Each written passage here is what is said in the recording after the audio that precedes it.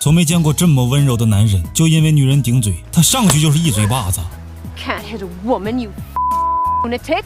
男人上去又是一嘴巴子，直接将他打服。就在昨天，两人意外流落无人荒岛。身为富婆，他起初很强势，还拿以前的姿态命令穷小子。但渐渐他明白了，在这里钱解决不了问题，但力量和技术可以。渔夫出身的老皮自然成了这里的老大。女人叫丽莎，是一个富婆，她的丈夫更是穷得只剩钱了。就在几天前，丈夫包船带她到海上游玩，可她却嫌弃船太破了，偏偏这个时候说要健身。丈夫一脸无奈，但只能妥协。老皮是这里的打杂，他跑遍整条船，只找来一辆动感单车。看丽莎不太满意，他又找来了一根跳绳。丽莎更是气得对他怒吼，因为出身高贵的她从来都是被别人仰望，她更是对老皮处处为难，一会儿说咖啡太凉，一会儿又说冰水太烫。她的丈夫让老皮别和她一般见识，就连船长也说，毕竟过2天他就走了，钱赚到手才是硬道理。可老皮哪里受过这个委屈？看丽莎抱怨菜不好吃，她拿起盘子就扣在了她的头上。她的丈夫刚要说话，男人举起她直接就给扔进了海里。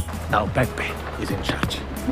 突然一个大嘴巴子将他抽醒，原来刚才的一切都是他的幻觉。他端着菜到后厨抱怨，可船长却安慰他说有钱人都这样。船长只能重新做了一份，以标志性的假笑端了上去。第2天，所有人都去了岛上，可丽莎却起来晚了。她要求老皮用救生艇带她顺流过去。尽管老皮说天气会变，但丽莎却执意要求，她也只能照做。可中途却发现引擎坏了，他们只能等有船经过这里。此时丽莎冻得浑身发抖，她拿起老皮的衣服，却发现有种刺鼻的鱼腥味，但她还是忍着穿到了天亮。可醒来时却发现老皮消失不见，原来老皮下去抓了一条鱼。丽莎感觉很恶心，直接就扔了出去。这时有船只经过，丽莎赶忙拿出了信号枪。老皮看她不会用，在挣钱过程中却不慎走火，不但没能求救，还打漏了皮艇。两人只能在仅有1点气的地方趴着。晚上天降暴雨，等醒来时他们发现了一个小岛，于是用尽全身力气划了过去。等上岸时，丽莎说自己饿了，命令老皮去给她找吃的。可老皮走到高处发现这竟是一座无人的荒岛，丽莎不敢相信，命令他仔细检查。此时老皮不再怕他，说别拿我的容忍当成你骄傲的资本。两人大吵了一架，随后便分道扬镳。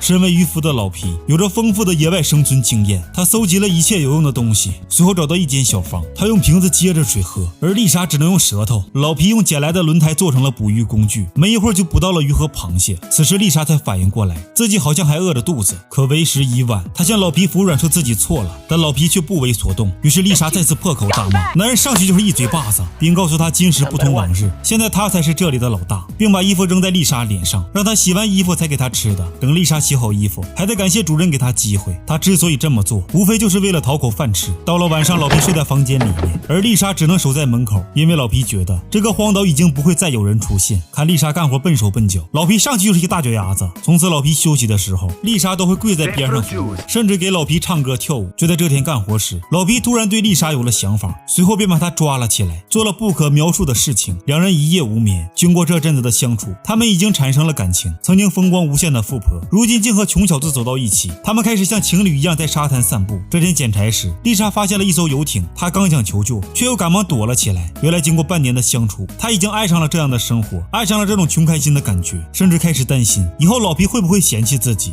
Would you really be interested in me if you had a choice?